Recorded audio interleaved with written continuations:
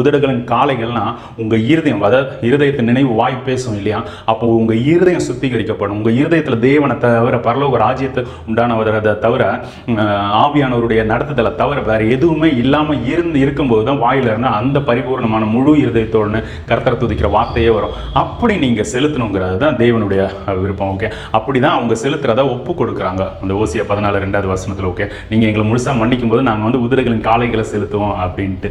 Okay, அதாவது இந்த video எதுக்குன்னா, நம்ம எப்படி வஞ்சிக்கப்பட்டு இருக்கோம். ஓகே, நம்ம ஸ்தோத்திரம் செலுத்துறது உதடுகளின் காலை நினைச்சிருந்தோம்னா அது உண்மையும் கூட, ஆனால் அதை கரெக்டாக உதடுகளின் காலையாக செலுத்துறோமாங்கிறதுக்கு வேண்டிதான் வீடியோ. அதுவும் குறிப்பாக பிசாசானவன் இப்போ இந்த அந்தி கிறிஸ்தியன் ஆவியனோட பகிரங்கமாக செயல்பட்டுக்கிட்டு இருக்கான்னா, ஓகேவா, நம்ம வஞ்சிக்கப்படாதபடிக்கு இருக்கிறதுக்கு. ஓகே, அவனுடைய தந்திரம், அவன் வேற ரூபத்திலலாம் இருக்க மாட்டான். கிறிஸ்தவர்களாக பைபிளை ஏற்றி இப்போ இயேசு கிறிஸ்துவிட்டே வசனத்தின் மூலியமாக அவன் வஞ்சிக்க பார்க்குறான்ல, அந்த வஞ்சகன்னு இப்போ சபைகளில் வஞ்சிச்சுட்டு இருக்கான்.